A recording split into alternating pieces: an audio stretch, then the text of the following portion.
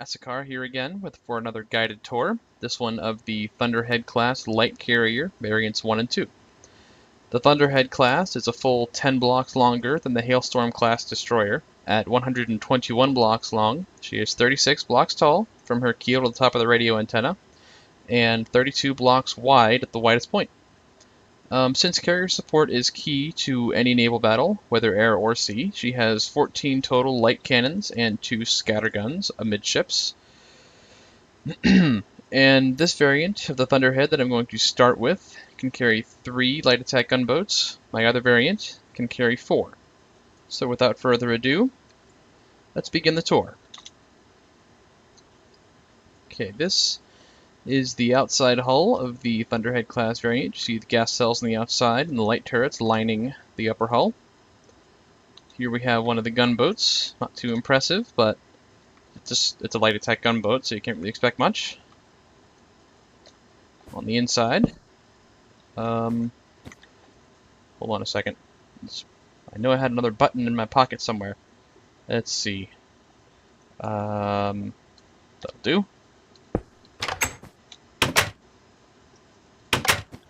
Okay, here on the inside, fairly simple. Not too much, not really for long missions. It's a short-range vessel. We have the pilot's chair. Pilot sits here to steer the ship. It's a very wide range of view for identifying targets and potential threats. We go aft, and we find the boiler, still run on old solid fuel, because the power stern reactors are a little large yet to fit in these smaller ships. Go here to one of the light gunboat turrets, fairly small, fairly light damage. Although it is enough to cause people to duck their heads when they start firing off, so I guess it's a plus for harassing enemy ships. That's pretty much all there is for the gunboats. They're fairly simple, fairly small.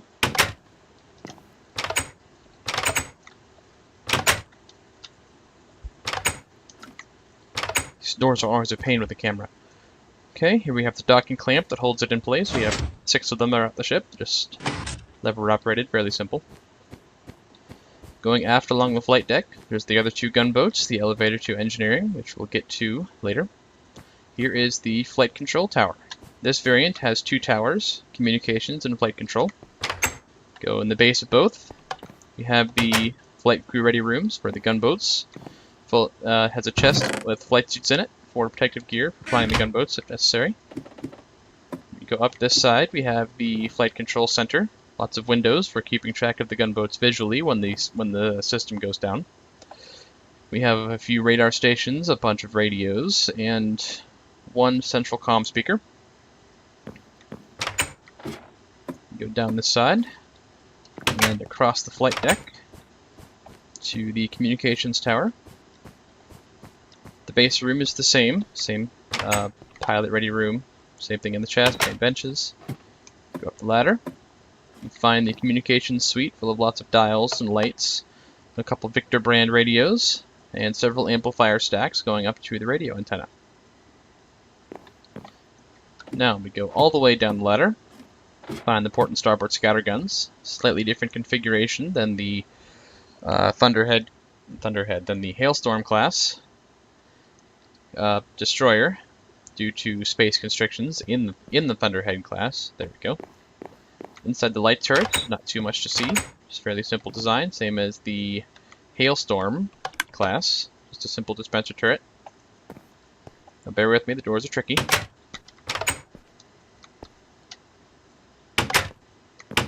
Ha! There we go. Okay, going further forward, we find the junction room for the port and starboard hallway and the lower decks. We'll get to the lower decks after we see the bridge.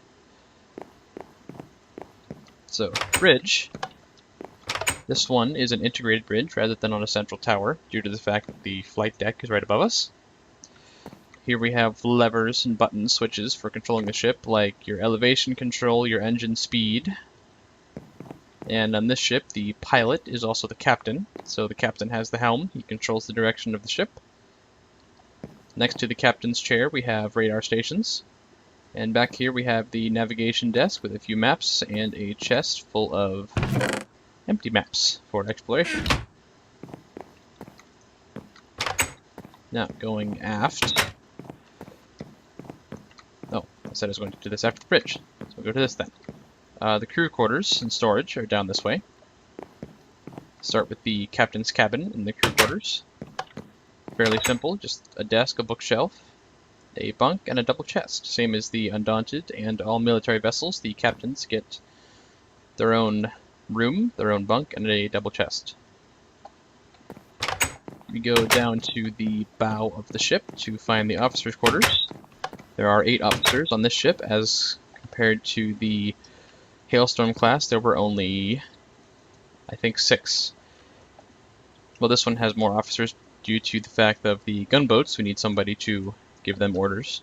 Each officer gets their own bunk, separated by a considerable distance, and their own single chest.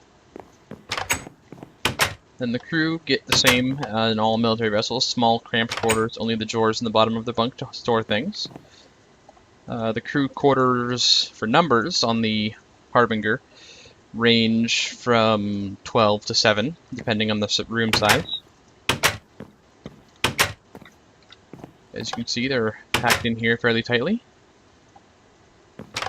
Oh, and this one has 16 crew members packed in here.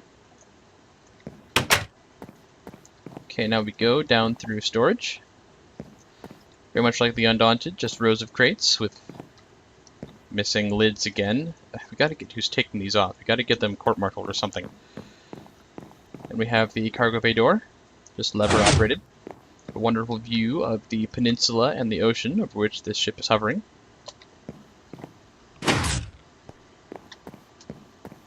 Here we have the door to the gas cells. The catwalks over the gas cells are, like I stated before in my other video, just to inspect them and for general maintenance or for getting across the ship in a hurry. Going all the way to the back, we have the engine room. Not really a room, just a section of the inner hull. Here we have the double super compressors to run the ship. It's a mouthful. Let me turn one on so you can hear it run. As you can see, again, it's quite loud, so I'm going to turn it off so we can talk better. There, that's better. We have lots of pipes going every which way in here, directing the steam flow from the boilers to the super compressors to the turbines that run the ship. Speaking of the boiler, this one is in the engine room instead of amidships as on the Hailstorm class. Driven by 2 Power Stone reactors. You'll notice the Harbinger only has 1 boiler, due to the fact that it does not have massive turrets to turn. Now, you noticed this little offshoot before. This little offshoot goes down to the compressor station for the gas cells. The compressor stations draw gas out of the gas cells or put more gas in to change elevation. I'll turn this on so you can hear it. That's just the compressors. And also for high altitude flying, they take gas out of the gas cells so you don't have to vent it and lose gas. Now we go out this doorway. We are in the aft section, which holds the doorway to the engine room, obviously, and the observation deck, which is the only real space of open deck on the ship. If you have a bit of free time, I suggest coming out here and observing the night sky. It is a very wonderful view. Here are the turbines that drive the ship. You might want to, when the ship is in operation, they advise to stay away from the rail, else you get stuck against the support columns from sheer wind force.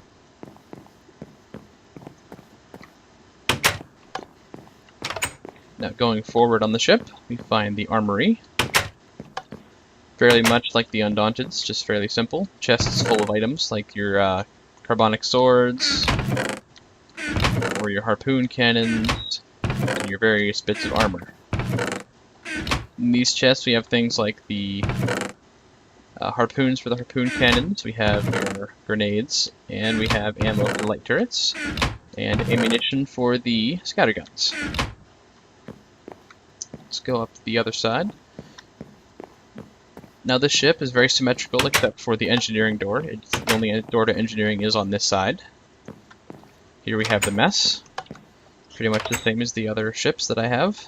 Just rows of tables where the crew may eat. And the kitchen. We have a couple sinks, some taps, a refrigeration unit, and a couple stoves. There's the other scattergun. Here's the engineering room. Fairly simple, fairly self-explanatory. It's where we service various parts of the gunboats. Here's one of the gunboat light turrets in for a service overhaul to get it up to specs. We have rows of diagnostic equipment, tools, various instruction booklets for the components. Here we have tools again stored on the wall among counters and workbenches. And on this side of the engineering room we have the engine repair shop, where we work on the engines of the gunboats. Fairly simple. Got the workings of the engines, we got the propeller, again rows of tools over counters and workbenches. And on this side we have a couple of furnaces for heating metal if necessary, or smelting, or whichever you may like to do. Again, diagnostic equipment, instruction manuals, and tools. And here is the elevator for engineering. This is where they load the components on to bring them down here. We have a wonderful view of the starry night sky. Doesn't do anything for rain though, but I'm just thankful it's not raining right now. Okay, now we go back through the door in engineering. And that is all I have for variant 1. Now we'll go back up on the deck so we can fly over to variant 2, and I can explain the differences.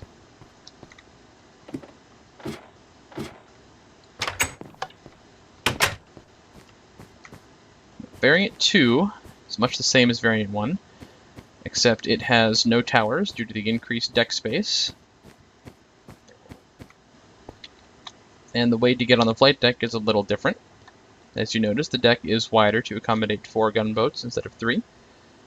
And you get on and off the flight deck by these stairways. They are a little dangerous, so watch your step, particularly when the ship is in motion.